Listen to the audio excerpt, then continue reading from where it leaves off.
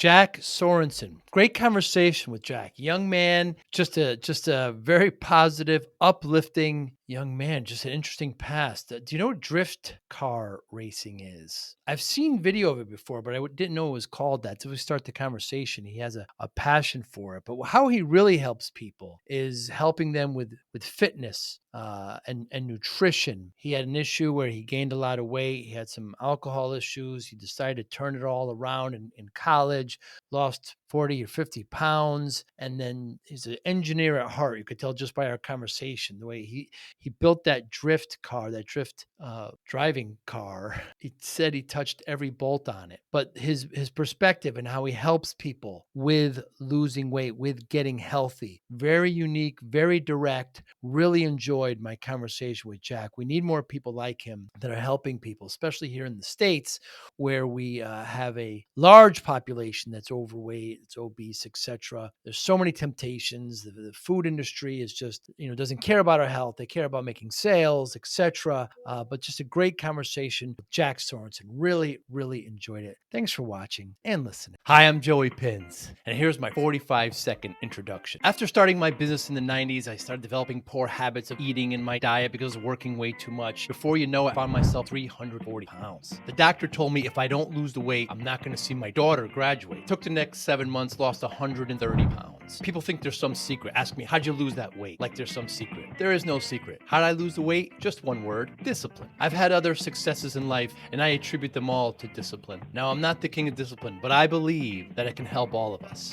Friends, colleagues convinced me to start a podcast. The podcast mission: how do we better ourselves and society? I talk to interesting people in health, fitness, sport, wellness, business, technology, science, art, and culture. And I eventually ask them how discipline plays a role in their life. Podcast vision: growth through learning from others. Jack Sorenson, I appreciate your time. What's a drift car? What's a drift car? It's a car that's meant to stay sideways. Go sideways, stay sideways. How can it? I'm missing something here, Jack. How can it go sideways? It's got to go forward. Yeah, so I mean, it's a form of motorsport racing, but essentially the goal is all drift cars. Most of them are manual, so you click the clutch, you're revving it up a ton, and it's keeping the wheel spinning while it's sideways. And so, I mean, you've probably seen plenty in movies and stuff of cars like going sideways and smoke and everything is being created. So the goal is just to, once you get in drift, you stay in drift by manipulating throttle, by modulating the clutch, braking, steering, counter steering, and you just keep going. It's an absolute blast. But yeah, but there's got to be some straightaways to get going. Sure. Well, I'll enter a corner at like 70 miles an hour. And then I'll rev it up, punch the clutch, which then gets the wheels spinning and loose. And then basically I can kind of modulate the car and then put it in a corner. And then I just get on the throttle and now I'm burning rubber and I just get around the corner like that. It's pretty crazy. And it's dirt. It's not asphalt. No, it's asphalt. Oh yeah. Look up Formula Drift. Wow. That's like the professional version of it. It's still an up-and-coming thing because it was originally in Japan, Tokyo, and then now there's this huge wave of just people wanting to start getting into drifting. It's getting bigger and bigger and bigger. But if you look up Formula Drift, you'll get an idea of like that's like the peak level, but I'm still at like the bottom level. But yeah, that's more or less what it is. My big hobby.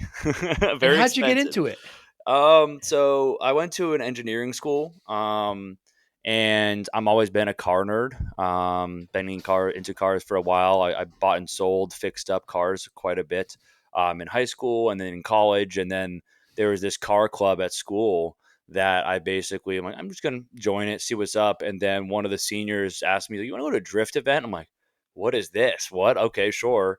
And we had like some helmets. You can bring your own racing helmets. And we went to it and you're able to get a ride alongs with the drivers. So like you're literally able to hop in the cars of these people, like open door. If they allow it, you can do it. And so you just hop in, and I was absolutely hooked. And I was restoring a car at this point, and then I saw that same car drifting, and I'm like, oh, I can make this into a race car. Are you serious? So then I just purposely built it then for drifting, and then within a year or so, I was at the racetrack myself, and then I've been doing it ever since.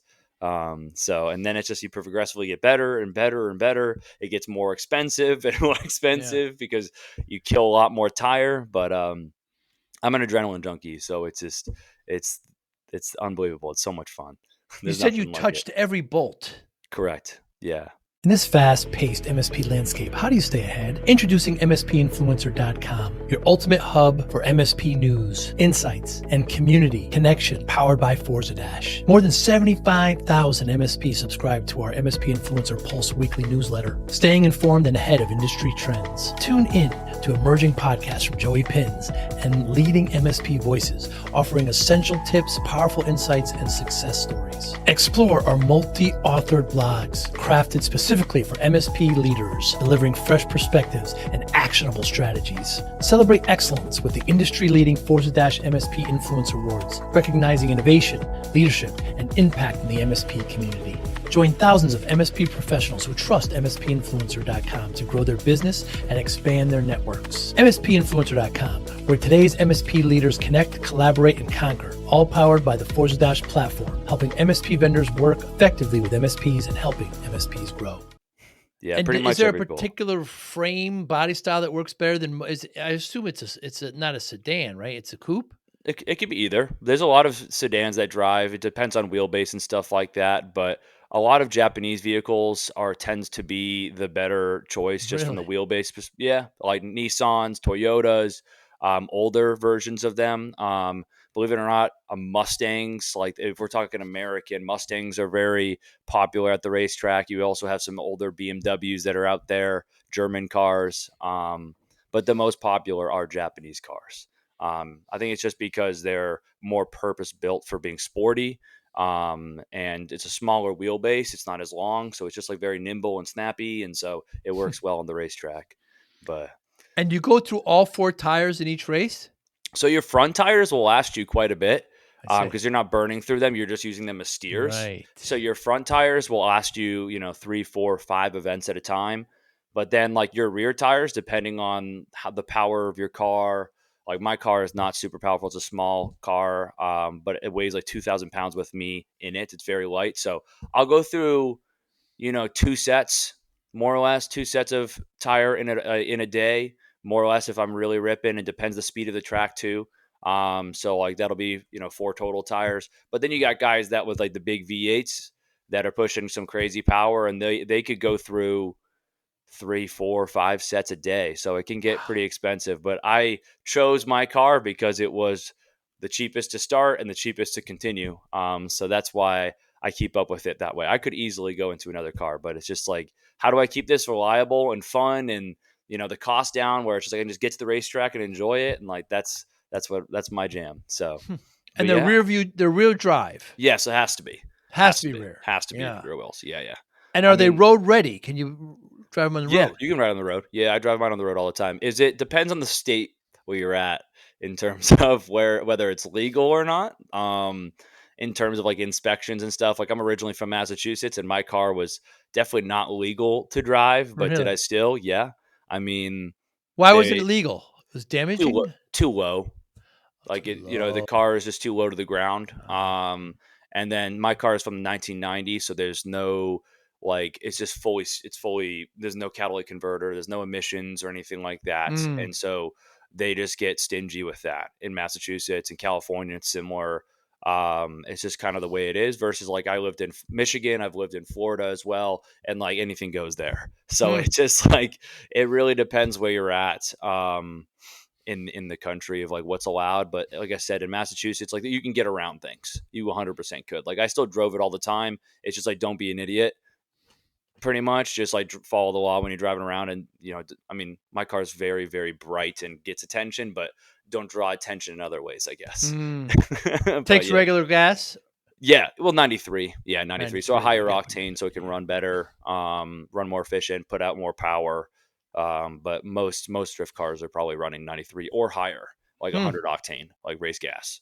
Hmm. Um, Any electric out there?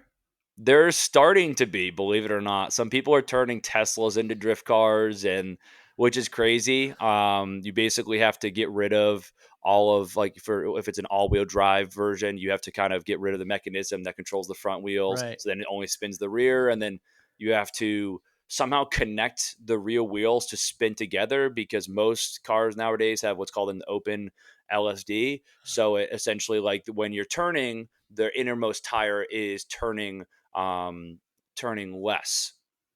Right, turning less. So it's like basically when you have them spin at the same time, it allows you to be more in control when you drift. Versus if you had a, let's say, an LSD, or I guess it's just getting into the mechanisms of it. But I nerd out on this stuff. Yeah. If you get off throttle, it opens up and the car wants to straighten, so you like want to stay in drift. But yeah, there are starting to be some electric cars out there, and it's very weird when you don't hear an exhaust behind a vehicle and you just Hmm. hear squeaking, and that's all it is. It's pretty funny sounding. Um, but yeah. It still is weird walking, crossing the road and not hearing an electric vehicle Oh come yeah. up. All of a sudden, it's just there. Uh, A lot of cars, like in when they go in reverse, like they have to have like some like sound. I don't mm, know if you've noticed that, but they have like this like woo, like some mm, whooshing sound to like let people know like they're backing up. Because if not, like who knows what might happen, right? There needs to be interesting. something there.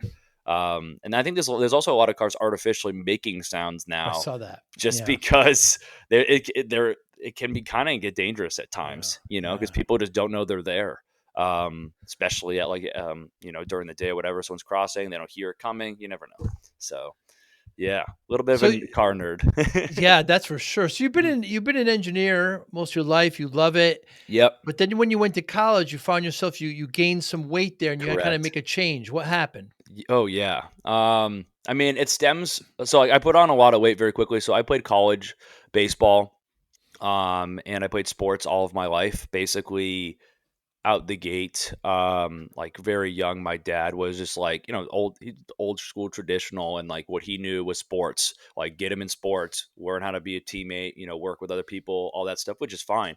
Um, but he's like, all right, you're gonna play sports. So I played hockey, soccer, and baseball all the way up until college. So like I just knew so much structure, and like almost every time of year, every season, I'm playing two of the three at least. Wow. Like if I'm not playing one sport, whatever, like in summer I'm playing all three. In the fall I'm doing one full season, and one I'm like doing once a week. Like it was crazy. Like I just never stopped. So like that's all I knew was just being so regimented and constantly just being told what to do. Like I didn't really have to choose for myself. So when it got to college, granted, like when I had college baseball, like it still gave me that structure and all that jazz. But then I got injured. I blew out my elbow. I had to get elbow surgery. And then my baseball career kind of just flopped. Like Hmm. it just kind of went away. I couldn't really, I just lost my chance to get my spot, whatever. And it just was not fun running the bench. So I just told my coach, I'm like, this isn't making sense for me to be here anymore.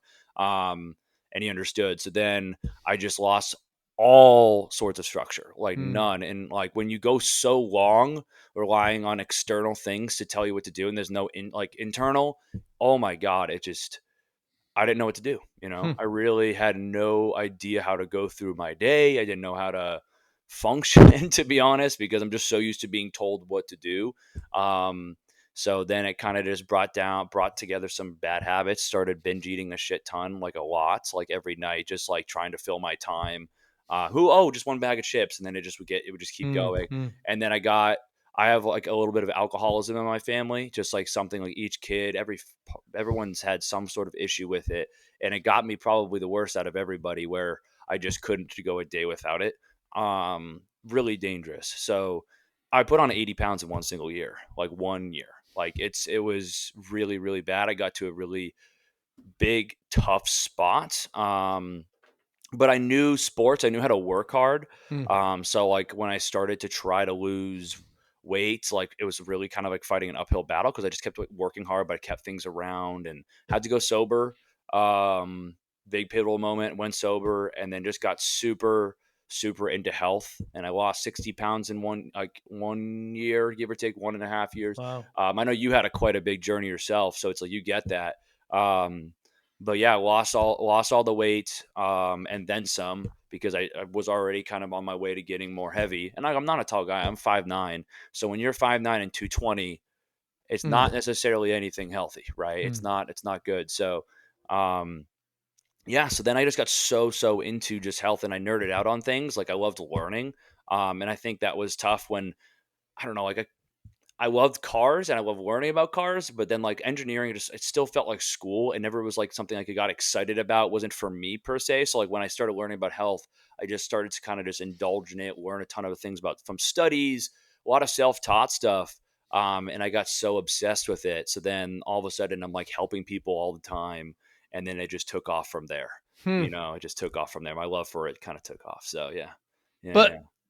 th so it seems to me that you got sober and then you started getting healthy. So Correct. that kinda complemented it, but Yeah. were you at a point why did you get sober? Did you think it was an issue? Yeah. Oh yeah. Yeah. I mean, I kept trying to lose weight, but it just always came back. Like I would work really hard and then, I'd see some progress and then I'd have a weekend and then the week would get washed away and then it would go into next week. It was just like this really unhealthy cycle that I just could not beat over and over again.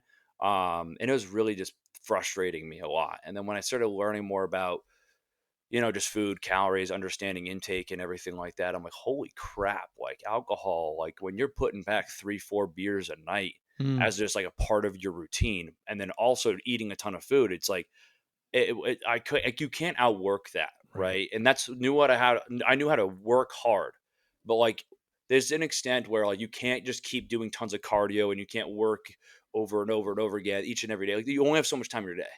So I was fighting an uphill battle. And so when I learned that, and then I also just saw how toxic it was. I can't even like, go to bed sometimes without something in my system. I was like, Wow. there's an issue here. Then I started seeing like just like my eyes started opening to like how it affected my family. I'm like, holy crap, like this is an actual issue. Like there's something here. So then the big thing is like I love my dad to death, but he definitely had an issue with it. He's better now. And so like I started looking like him. He's lost a lot of weight. It's like lost like 40, 50 pounds, which is awesome. But Hmm. at the time, like I just started looking like him and I started noticing toxic stuff going on. And I'm like, I just don't want to be like that. Like I don't want this to Hmm. carry on for a long time. So that was kind of the big breaking point for me. And then yeah, and then the rest was kind of history from there. Yeah. And the drift car fascination was before the weight loss? During? It was part of it actually, I would Huh. say. Like I said, I lost a lot of like outlets, right? There was this time when I just was so regimented. So I actually was started the weight loss journey and building the drift car at the same time, more or less. Um, I'm a huge advocate of having like outlets where you're, outside of your grind, outside of your day to day, like things where you can like just put your energy that's not just work related constantly. Like I have a business now and it's like I do it all the time, but like I need my outlets or I go crazy. Mm. Right. So this is something that like I just felt like I was making progression about. And for the first time I was doing something for myself because looking back, when I was younger, I was a big adrenaline junkie. I love skateboarding. I love music. I would play music all the time growing up. And then kind of like sports got to put on me. And then I lost that. And so when I got to college and I lost all the sports, like I just needed outlets. So I kind of went back more or less to something that I guess I was, familiar with, which was like tinkering on things, being creative, and the drift car kind of brought that back out on me. And Hmm. so as I started building that, which was so much fun the first time around, and then starting getting the track, I'm like, holy crap, I have this new form of progression that's not just school, not just sports, not just whatever, engineering, my career. I was like, this is the coolest thing ever. And that made it easier for me also just to stick to like the weight loss routine and like sticking to my food because I was just like genuinely much happier, I'd say, because I just had these things kind of working in unison and having these outlets. And then it just kept pushing me more and more forward. And then by the time I was, in my senior year, I lost all the weight. My drifting was getting better. And then it was just like off to the races, like post college, you know, but yeah. And when so you make this big shift in your life, and it doesn't seem to me that there was a traumatic kind of come to Jesus moment, Jack. You just I kind guess of there, saw what was happening yeah. and you made a change, I which is guess, yeah. People ask me that. I was like, "Did you have like this moment that was rock just bottom. like Yeah. rock bottom?" And it's hard to because I was like such a like I feel like it all was just kind of blank. Like I don't really I'll be honest, like I don't Mm. really remember that period that much, which is not a good thing. But Hmm. I just there was this something in me one day that just kind of pivoted, but there's no like this has to end, this has to stop. Like, I think there was just a lot of, I had some situations with like girls and stuff, like just chasing constantly and being very like toxic and stuff. And I think there was just a lot of built up just emotions. And eventually I just had a tipping point. But there was no like, yeah, like you're right. I don't really have like a tipping point. There was just an extended period of time where I just felt like crap. And then Hmm. eventually I got out of it. So yeah, good You had point. enough and you made a Yeah, pivot. I Yeah. had to. Oh yeah, my life kind of depended on it. I'll be honest. So Hmm. yeah. And so when do you start helping people with this? So How in does that college, happen? yeah. So when I lost all the weight, everyone around me was like, "How did you just do this?" Like I just saw you like throwing back beers. Like this happened very quickly to the point where like sophomore, like freshman, sophomore year is the weight gain. Then junior and then senior year, I lost it all. Right. So Hmm. like, it happened very quickly. I have people that like family members who like don't even remember that I was ever overweight, like to Hmm. that extent. So pretty crazy. So like, but the people in my school were like, how did you just like you went from that to where you are now? I'm shredded. I'm actually my senior year I competed in a bodybuilding competition. So I was just like they're like, holy crap. So then I just started coaching people around me, my friends, and just helping people out. Like, how you do this? I teach them about calories, teach them about how to train properly. Um, and then from college to just, I moved my whole life to Michigan. I was kind of over Massachusetts. I moved to Michigan to be in the automotive industry. And then, like in the workplace, I just started writing programs for people. They're like, I'm Hmm. noticing people are not really taking care of themselves. And I'm like, why am I the outlier here? I want to help people. Let's go. So like that whole just like I just fuel my fire. So then I just started helping people writing programs. Like they throw me $20, I'd write them a plan or whatever. And they just like, it just kept going and going and be kind of becoming something. And then I did a little bit in person stuff too. I got certified. I did all the stuff. And did it on the side and it kind of just continued to just grow within me. I'm like, maybe, just maybe engineering is the, not necessarily for me, at least this way I was going about it, because I kind of pushed I'm a mechanical engineer.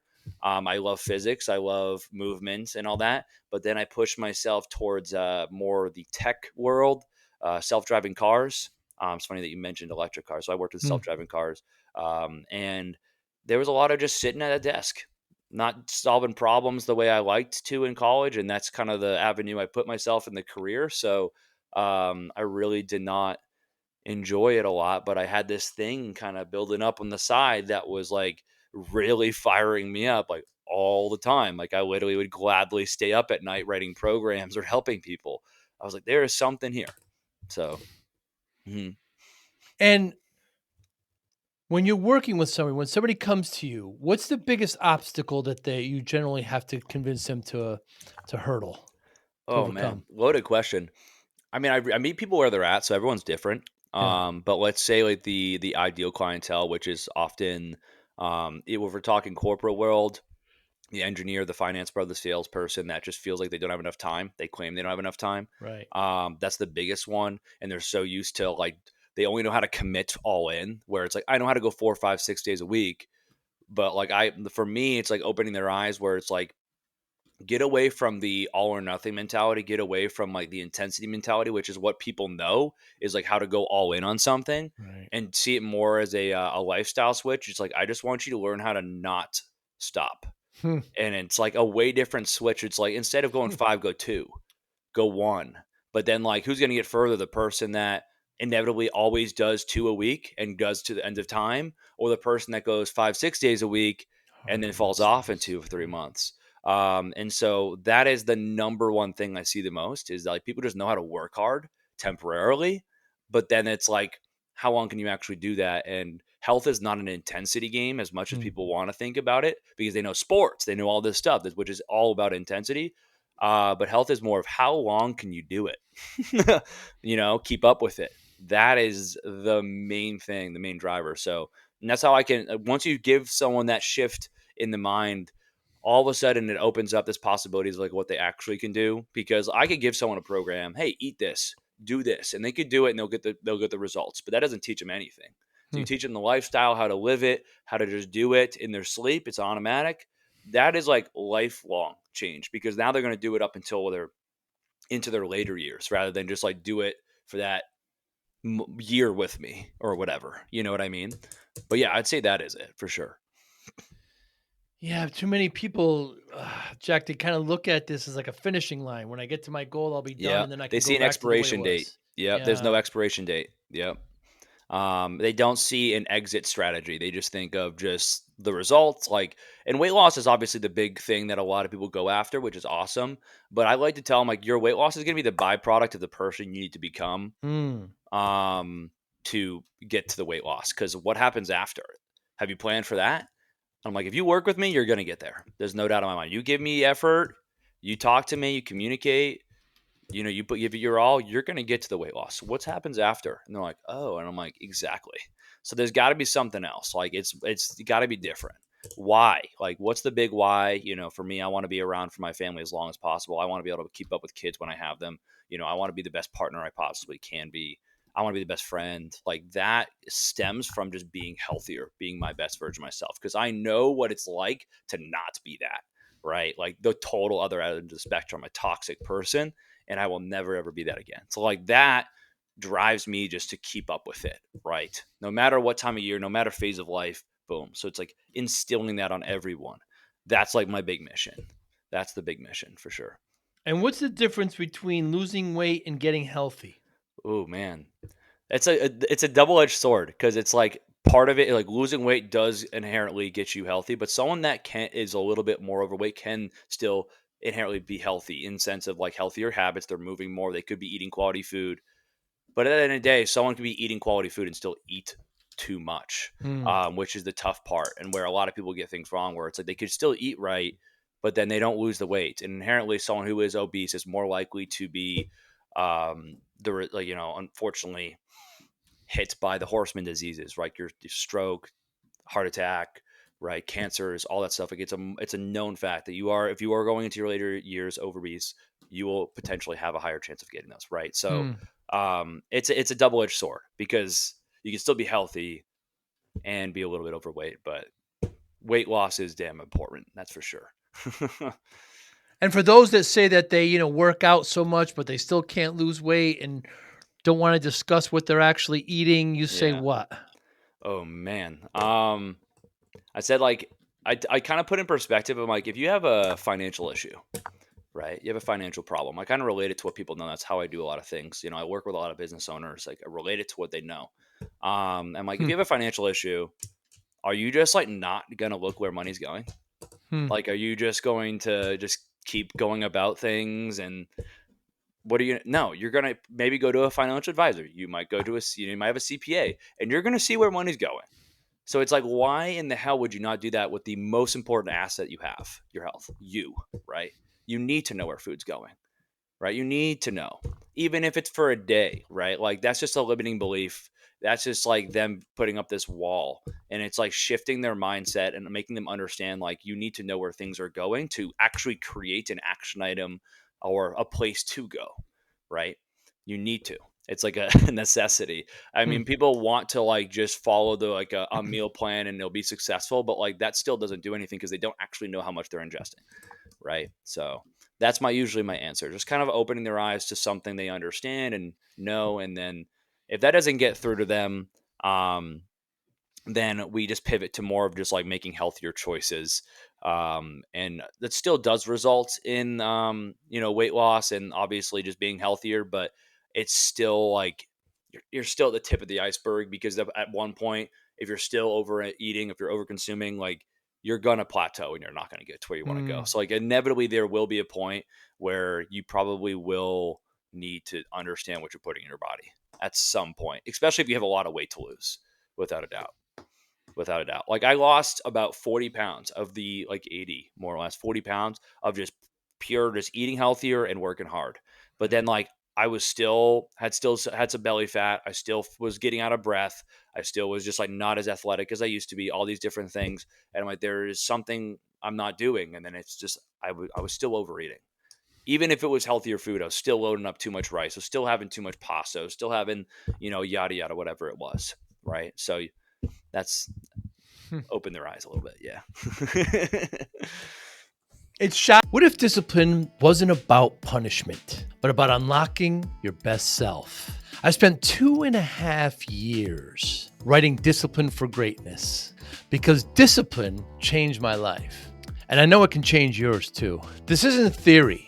Inside, you'll find real, practical steps you can use immediately to focus better, build stronger habits, reduce stress, accomplish your goals, and bring more balance to your life. Whether you're trying to get healthier, improve your career, or simply feel more control, this book gives you the framework. Start today. Grab your copy of Discipline for Greatness at joeypinz.com/book. Thank you. Shocking when I was on my weight journey that I was journaling what I was eating, and I'd go back and I'd say, wow, I ate all that.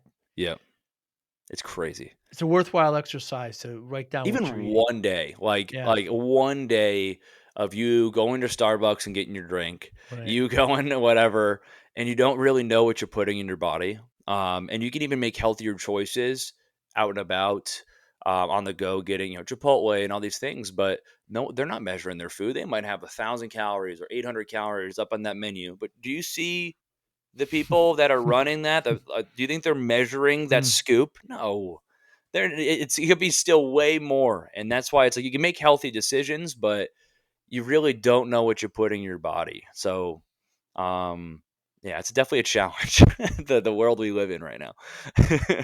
yeah, and it's hard to make healthy choices. There's so much bad, inexpensive, Dude, it's so easy. tasty, Oh yeah, tasty very food palatable. available everywhere. Yeah, So yeah, you have I to know. be real. You have to, and you could slip every once in a while, certainly, but you have to be, really, really intentional.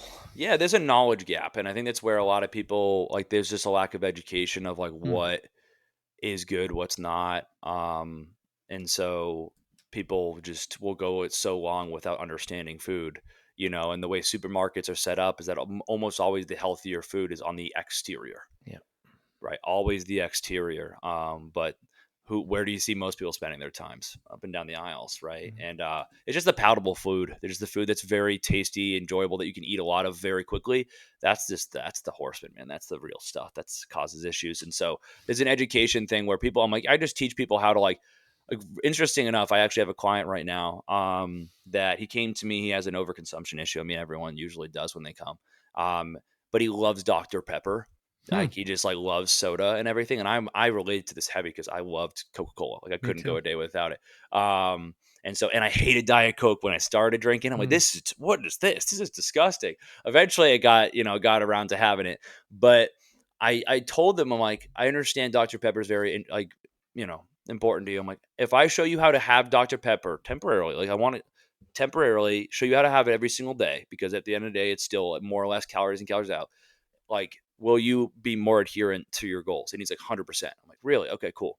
And then just so he understands, like, okay, if I can have my Dr. Pepper and I just focus on all this other stuff that's more quality, a lot more good quality food, fill me with whole food, single ingredient stuff, like he's more likely now to adhere to things. So it's like often people just need to have a little bit of something that they do enjoy a day. mm, I have had a client who just had Doritos the entire time working with me, and she lost 20 pounds, 30 pounds, well, right? And then she like was off to the races. She was already a smaller girl, so like 20, 30 pounds on a small frame is a lot, right?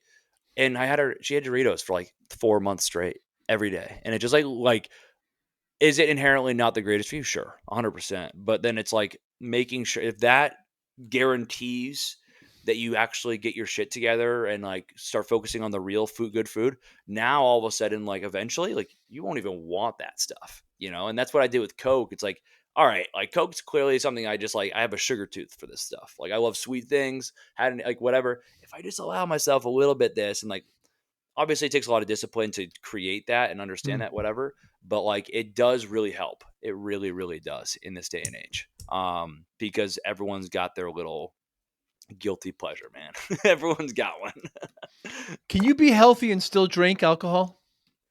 Yeah, I guess, you can. It's just once again, I think a lot of people don't understand when enough is enough. Like, first off, like I mean, wine's like known for being can help with heart health. There is data on that, and stuff like that. But it doesn't mean have a shit ton of it. It's like okay, like it's fine to have here and there, but it's just once again, it's a discipline thing. Understanding what it does. It is known to also impact muscle gain, metabolism. It slows things down. So it's not inherently good for you. But if you find a way to keep it around in a healthy manner, where it's like, oh, a couple beers a week. It's something you do to like enhance an experience. Like it is at the end of the day, calories in, calories out from a weight loss Mm, perspective. mm, And once again, it's like, I don't think in absolutes. And I think that's where a lot of people go very quickly, where mm, they're like, if I have this, I'm inherently unhealthy. I'm like, not necessarily true. Like I said with the Dr. Pepper, like I make it, example. It's like he's not unhealthy for having the Dr. Pepper because all of a sudden he lost 40, 50 pounds and then he's eating way more healthy than ever and his blood work looks great, all that stuff. So it's just in moderation and like setting limits. And like I tell clients, if you want to drink, that's fine, but this is not college. You're not throwing back 20 beers, right? It's like if you want to enjoy yourself, fine, but like have a limit, right? And then like, hey, okay, I have 4, and then like that's it for the night. Like that's it, right? Healthy amounts. Oh, you want to like, you want to get buzzed? Sure.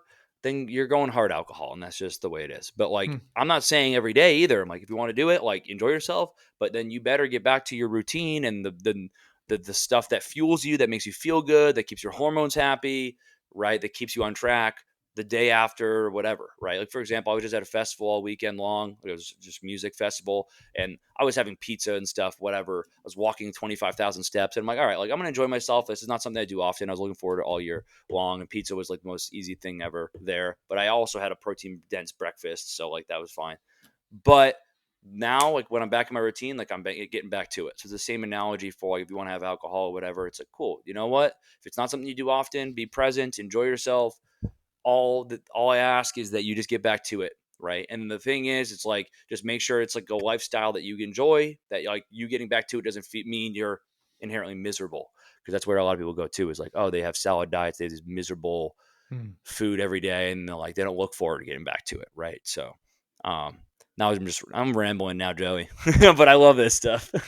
Yeah. So, how about stress? Here in the States, we live very stressful lives. We're working a Very. lot. Yeah. We don't have time to eat well. I mean, is it possible to be healthy and still have high stress levels? Yes, but stress is It's a killer. it is really killer. So getting a grip on it is definitely important. You can't live in that high stressful state. You're going to start losing hair. Your hormones are going to be in the dirt. Mm, You're going to be wondering why you're having a talk with your doctor that you might be in the cards for heart attack in the coming year. It's just scary stuff. So you got to get a grip on it. It often starts with, uh, having outlets. Stop, like having like actual stop times. Like, hey, like if you're working constantly, I guarantee you it'll be fine the next day.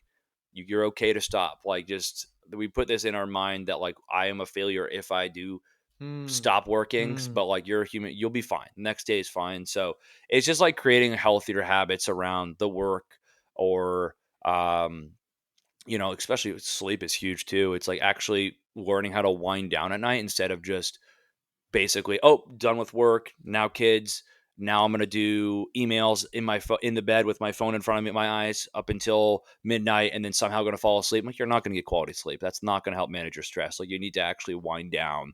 There's a lot of stuff coming out that like the morning routine is not actually as effective as your nightly routine. mm, Whereas it's more important that you learn how to shut down, get rid of phones, get rid of the TV as early as possible, because like your body, if it's staring at a phone, up until late at night, like you naturally will not get REM sleep, not get deep sleep, and then you're wondering why you're sluggish the next morning, right? So what you do, how you feel in the morning, it starts with the night. So that is a huge thing for stress as well. Um, but yes, you can be healthy, but like I said, it is a killer and it will sneak up on you after a long enough time. And I think that's where it goes, where a lot of people go wrong, is they just like, it's not at the forefront. They're just thinking of everything they need to be doing. But then you get your 40, 50, 60s, like that will catch up. And mm. then you're wondering why you are in the hospital at an early age. So, Recently saw an interview with a very big movie star, Hollywood actor, and who smokes, mhm. and he was saying how his health functional medicine doctor said, if you smoke 1 or 2 cigarettes a day and it lowers your stress significantly, it's actually not that bad because Yep, stress is the real killer. Not that he's recommending it, but it's like if that works for you, then don't focus on it. That you're doing something bad because stress is it just stresses the whole body, every it part. is. Yeah. Oh, yeah. And I mean, it just takes such a toll on your even your metabolism Mm, and your like you said, your heart health, and just it's pretty mind blowing. And it's interesting with the whole cigarettes thing. It's like it's so also like cancer and all that jazz. yeah, It's very genetic. Like some people can smoke cigs their entire life and be fine, but then there's right. people who are predisposed and they have a little bit of exposure to it and they get cancer. It's Yeah, cancer. awful. Um, but yeah, like you said, like if that is something that calms you down, not saying lean into it like you're smoking packs, but it's like if that's something your day that actually relaxes you, then like that is actually more effective, than cutting it out and all of a sudden you're like you have no clue how to slow down your day. Mm. So, pretty Jack, who crazy. won't you work with? What'd you say? Who won't you work with? I mean, I work with everybody. So I have any a kind of 60. attitude you'll work with. I need to lose 50 pounds by Friday. Okay, well, obviously that's just an uneducated individual. I wouldn't say that's necessarily someone I would Have you ever not work been with. has that ever been pitched to you? Oh, all the time. Oh, that's like one of the first things, especially someone that might have a lot of weight to lose. It's very transactional focused. Like, I'm starting this to lose weight. I'm like, it's not that. Like, I just, once again, open their eyes a bit and make them understand that, like, there's something on the other side of your weight loss that is arguably more important because Mm, what you do to get the results is what you do to stay there. So if you're doing restrictive, over the top dieting, over the top cardio, like you will have to keep up with that just because you didn't build up the metabolism, the muscle on your body, the habits to maintain what you're doing. So it's just opening their eyes. But yeah, I work with everybody. Like I just had a client hop on. She's 65 years old, absolute badass. Just works and has various different careers, and she's killing it. She's down like 10 pounds, right? So it's really anyone I can work with. We got a solid team of coaches that have a really cool, just different skill sets. So we have the ability to service a lot of people, which is awesome. See, the thing about when I think about food addiction is that, I mean, if you have a gambling addiction, you just stay away from the casino, right? But Yeah, food addiction, you still have to eat. still have to eat. Yeah, So yeah. it's an addiction that you still have to cope with. I mean, if you have an alcohol addiction and you get rid of it, you just don't drink alcohol, you avoid it. But with food, it's still part of It's what you so have to hard. do. It's very Yeah, difficult. I don't know of yeah. anything else like that. Yeah, there isn't. And I mean, I struggled with it myself. So that's why, like, I was telling you, like, leaning into things that you still do enjoy instead of just like saying, like, putting up these barriers. Let's talk about absolutes earlier, right? It's like you can't just go into this being like, done. Like, I can't have this. Like, with drinking, like you said, like, you can get it out of your face, you can avoid it like the plague, whatever. But when you're eating it's something that like you just are always doing. So if you do go to an absolute, like you just cut out everything you enjoy and you make something that's one of the world's biggest pleasures is quality food, the foods that's really tasty. It's like if you get rid of that, you're going to crash and burn very, very quickly. So it's like stop thinking in just such absolutes, very transactional, and like you might have to keep food around, right? You maybe, oh, what's your favorite food? Well, what are some healthy alternatives that literally might taste the exact same, but you're just changing ingredients a little bit? Like instead of doing that 75-25 burger that you always make every single Mm, night, like get some 93.7 beef, you know, and make your own patties, right? And maybe if you want to still have the buns, fine, right? But that's still like just by going from 75-25 to 93.7, you're cutting the calories in half easily, right? hmm. It's like, so just leaning into that. And once again, it's just education, but like looking for alternatives is like that first step. And then keeping some things around that you do enjoy instead of just like cold turkey. Because I tried it, it does not work. Mm, mm, Some people can do it. Like I guess if you're someone that developed a lot of discipline in other ways, where you built a business or you're an athlete and it just like comes to you naturally, whatever, like you can kind of pick up things and just like, all right, I'm done, and like automatic. But then there's people that like that's not their upbringing, that's not something they've been exposed to. They haven't built that in other ways where you can't go that same route. Like it doesn't work, right? So like you have to have a different strategy where it's like keeping something around will actually help keep that, create that discipline for them, you know. It's so interesting, it's so person to person, it's so psychology based. right. um which makes the whole health industry and fitness industry so tough because there's so many programs out there where it's just like just do this and it's solved, but it's like everyone's so different the way their mind ticks. It's pretty mind blowing. So Yeah, finding motivations for people. So pharmaceuticals. So I'm not going to call them weight loss drugs because they're not. They're appetite suppressant they're drugs. appetite suppresses. Yep, Yeah, suppressants. and where do Yep. you stand with those? For someone that has to lose a lot of weight, like I'm talking a lot of weight, it can be Right. life saving for them. Because they're just naturally going to be hungrier. They're going to want to eat more. Like Mm, people mm, that are obese, like pretty dang, like 200 pounds overweight, right? I mm, mean, you lost 130 pounds, right? It's like you just can't stop being hungry. Like you're used to ingesting 4, 5, 6,000 calories in a day, right? It's a lot of food. And if you just go straight to just 2,000, or even like some people go straight to 1,000, it's like you will feel like you're dying. hmm. But so something like Ozempic and GLP-1s and all that stuff, like it can truly help a lot. But it's not, like I said, the exit strategy, right? It's like it's to help. It's not everything. You can't just hop on it and then expect all of a sudden everything's going to be solved, because there needs to be the healthy habits that come along with it. I mean, you see people that just do that, and then you start seeing like fat falling off their face and different things, like just like not looking healthy.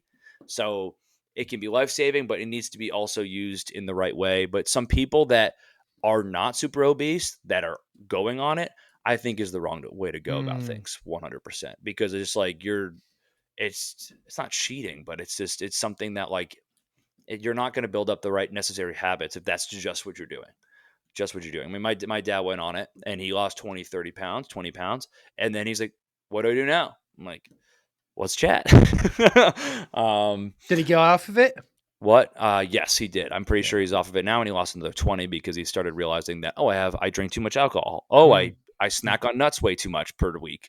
Holy crap, all these things. And then like the lifestyle stuff started coming, and he looks the best he's had in years, right? It did help when it started, but then once again, there's these people that you will get to a plateau if the habits are not there. There will be a point where you're like, I can't get any further. What's happening? Because your doctor's not telling you about that, right? They're just saying, here's the drug, which that's my beef with the medical industry Of nowadays right course, yeah.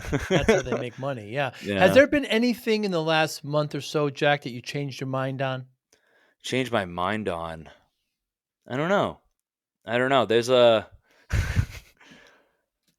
not necessarily. I've been pretty gung ho on how I go about things and how I think. Is there something that you're like trying to like get like do you have something in mind that changed for you or no? Oh, I've got plenty, sure, but I mean, Shoot but it. you I mean, it doesn't have to be anything major. One person told me recently that they went from, which is a huge change, from well done to medium rare hamburgers. Interesting.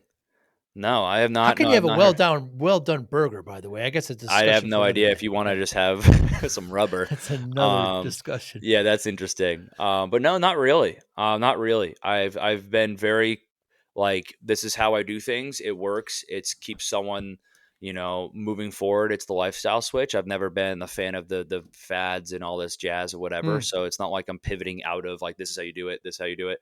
Um, it's more so I've just been pretty gung ho. Like, this is how I do things, and it works out great. So.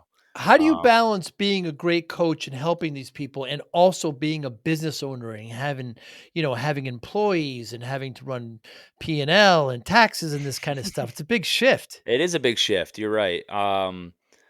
So I'm always people first, I think, and I've always been a very giving individual. So the way I go about things is just like I always go people first. So from a client standpoint, I'm always doing everything I can. But yeah, there are barriers you need to kind of put up in terms of communication, in terms of um, just their accessibility to someone, I guess. But from the team, I guess it's setting correct expectations. I guess at with the taxes and all that jazz, I hire that out. There's no, I Mm, can't. mm. I'm I try to make things like the way I look at it. Like I'm very good with people and understanding how they tick. It's the psychology behind them and what makes like just getting to the root issue, working through problems. Like I'm a problem solver at heart. That's what I do. So it's like if like the terms of certain things, like I just hand that off because that's not my expertise. And I mean, that's how anyone grows a business that is not just run by them. Is they bring in people that are better than them at certain tasks, right? Like I have virtual assistants to handle different things.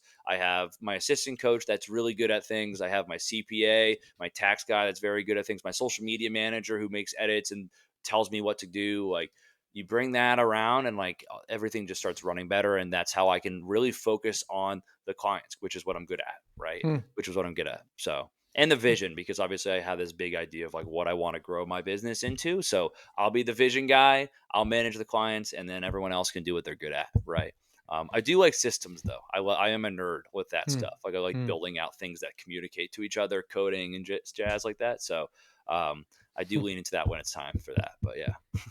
So you mentioned my loss earlier. So I started my tech business back in the '90s. I was like yourself, I just started working too hard and not paying attention to myself. Yeah. So I found myself. I'm at the doctor. She tells me I'm at 340 pounds. So Yeah. I'm Wow. currently at 195. Congrats, And man. and Unbelievable. she says to me, if you don't lose this weight, you're not going to see your daughter graduate. So my daughter was just born, scared the life out of me. So when I asked you about your rock bottom, I mean, that was mine.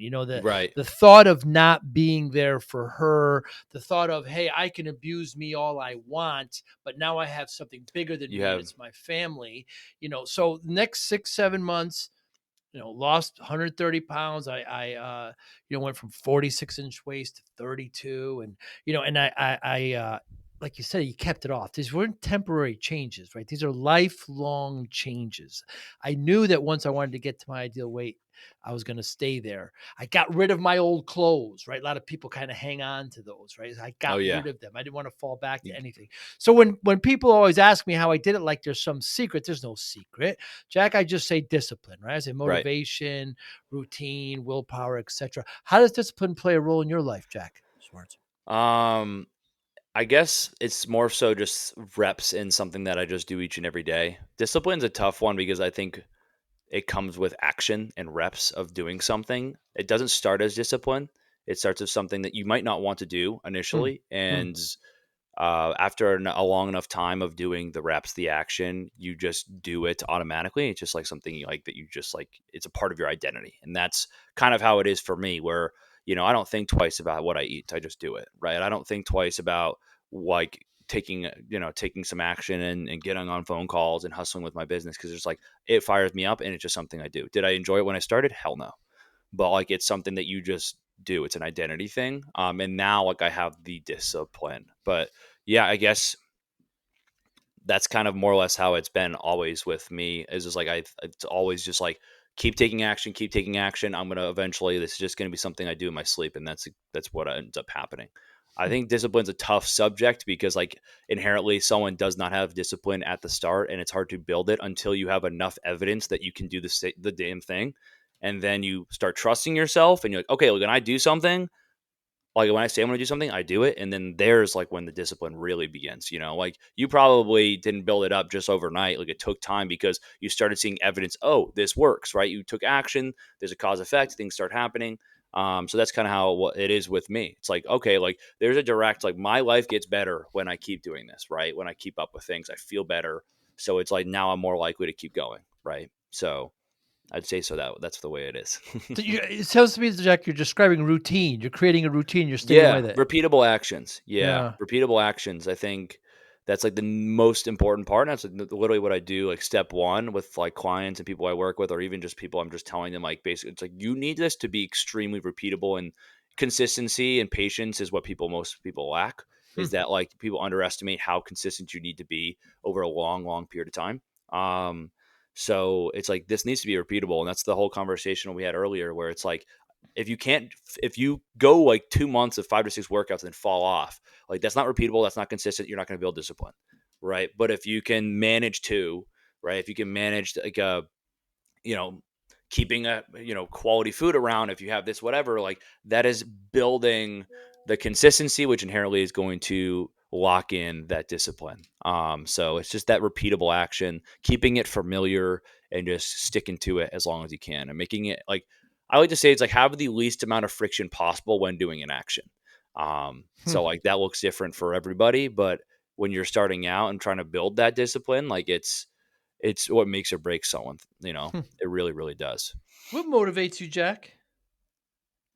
Future stuff for sure. Future stuff. Yeah, I would say future stuff. I have this, I develop a why, right? Like that's a big thing where I have a vision for myself, what I want to become, what I want my life to look like, what I can afford. And then I've looked backwards, right? I look like, what do I have to be doing nowadays to get there, more or less, right? Like I want a little more time freedom. I want to have more lifestyle freedom. It's why I went all in on my business. I actually got laid off from my engineering job. It wasn't just some sexy thing. Like my job we got acquired by big tech, and then they wiped half of us. So I just went all in the business. But the part of the reason for that was lifestyle freedom and all this stuff like that. But yeah, I just developed a pretty badass why and worked back from there. And that's what really like a quality vision. And that's what keeps me going. Always, it's not going to work every single week, but then like centering yourself and being like, okay, wait, like I have something I'm working towards. It's not just like, I want to do this for my kids, right? It's not just like, I want to be a bigger partner. It's like, no, there's like this whole thing in my head, like this vision of like a life that I want to be living that I want to get to. And like what I tell people is like, in order to know what you're doing in your day to day, you need to know where you're going. You can't be just constantly living in the past or, just being constantly in the moment. Cause then you're just kind of existing and you're wondering where 10 years went like, like, holy crap, like time flew by. Hmm. So like always working towards something is helped me a lot. That's like the biggest thing. Um, and keeping momentum up. I think there's no such thing as motivation without momentum. So whether that's progress in the gym, whether that's progress with my business, progress with my drifting, progress with um, really anything I do, I like getting better at things. It fires me up. It keeps me going, which then inherently motivates me. So like I think that's where a lot of people kind of fall short is they don't look for things of momentum. They stay stagnant and they're wondering where's this motivation. It's like, well, you lacking progression, and like a lot of people get fired up when things get rolling and holy crap, this is working, right? Even the skill acquisition, right? Getting educated at something like that creates momentum and motivation and gets you excited. Like I'm about to try to get into like American Ninja Warrior training just for the sake of I want to be motivated and momentum and just keep me fired up and keep going, Hmm. getting towards that vision, trying cool stuff. Because like you're in the situation yourself, right? You lost all this weight. You're like, okay, like how do I keep this going? Sure, I could keep doing the same thing over and over again, but then eventually you might get bored. It's like, how do I keep staying motivated to show up every day? It might be that you need to do something a little bit different, but I would say that, yeah. Want to show your love for discipline, inspiration, and the Joey Pinz podcast? Now's your chance. Introducing the brand new Joey Pinz merch store, where style meets discipline. Choose from premium apparel, cozy hoodies, stylish hats, durable bags, and your new favorite coffee mug, all featuring the iconic Joey Pinz logo. Perfect for podcast fans, discipline enthusiasts, or as unique gifts for friends and family. Every purchase supports the Joey Pinz Discipline Conversations podcast, helping us continue to inspire greatness and promote positive change. Visit joeypins.com/store today and wear your discipline proudly. Joey Pinz merch. Wear it, share it, and live it. So given your motivation of vision, your why, Yeah. your kind of impact, how do you measure success? Fulfillment, more or less, how I feel. It's Hmm. more internal. I think ever since I went full time with the business, I get more of that. I didn't really know what like what it felt like being an engineer, just because I was constantly working for someone else and like I don't know, the money was going, it wasn't as fulfilling. So I measure success by just like, holy crap, like this feels like I'm doing something for me. I think that's a big thing. Like, this is like, I'm not doing this for someone else. This is for me. And then also the impact it has around me rather than just me. It's more like, okay, like how am I, this is also helping others, my friends, my loved ones, the, people that work with me as clients. Like that's how I measure my success. It's not just monetary. Obviously that monetary is important. It's good. Yeah, but you hear plenty of people getting super rich and they have no feeling of success. They have no Hmm. fulfillment. Hmm. So it's just like the impact. There's nothing better than like seeing someone just like becoming a better version of them because I was able to just like say a couple things and all of a sudden it clicked, right? That's the best thing ever. So like when that hits, it's like, okay, like I really did something good here. And then Hmm. that's worth more than any money ever in my opinion. So I do, like, ever since doing this, I do understand people that say, like, I don't really care about the money. I just love what I do so much. Like, it's boom. Like, I actually get that. I didn't as an engineer. But I do now, where it's like when I was growing the business to where it is now, even when I was making no money at all, like, I was genuinely happier making less than I did as an engineer than when I was, just because, like, I don't know, I just felt like I was fulfilling something, and I loved it so much, doing something for me, because I wasn't used to doing something for me. It was always about other people. I'm very big of a big people pleaser. So yeah. Very cool, Jack. Well, I love what you're doing. We need more people like yourself helping us because the obesity, the overweight problem here in the States is Yeah, it's too it's high. it's scary. 40%, Yeah, 4 out of 10 terrible. people. Yep. Terrible, terrible, terrible. And we need help in this area. So if anybody watching or listening, how can they get in touch with you? You can find me at my, Instagram's probably my where I'm at most of the time, at Sorenson Fit. If you're looking to get in contact with me directly, you can go to sorensonfitness.com. My number's on there, my email's on there. Shoot me a text, shoot me an email, and we can chat. Would love just to connect with people and talk. That's what I do. So cool, Jack. I appreciate your time today. Really great talking with you and keep You up as the great well. work, man. Thank you so much, man. This was awesome. Be well. You as well. Thank you for listening and or viewing Joey Pinz Discipline Conversations. Please share this episode with one or two of your friends who you think may benefit from the episode. Our website, www.joeypins.com. There you'll find lots of resources and you could join our mailing list. Please follow us on all our social media, Instagram, Twitter, and Facebook. Podcast information, the video version of our podcast is on YouTube. Please subscribe. Audio is on all major podcasting platforms. Please follow them. And if you like it, please consider giving 5-star rating. Would really appreciate that. Thank you again for listening or watching Joey Pin's Discipline Conversations.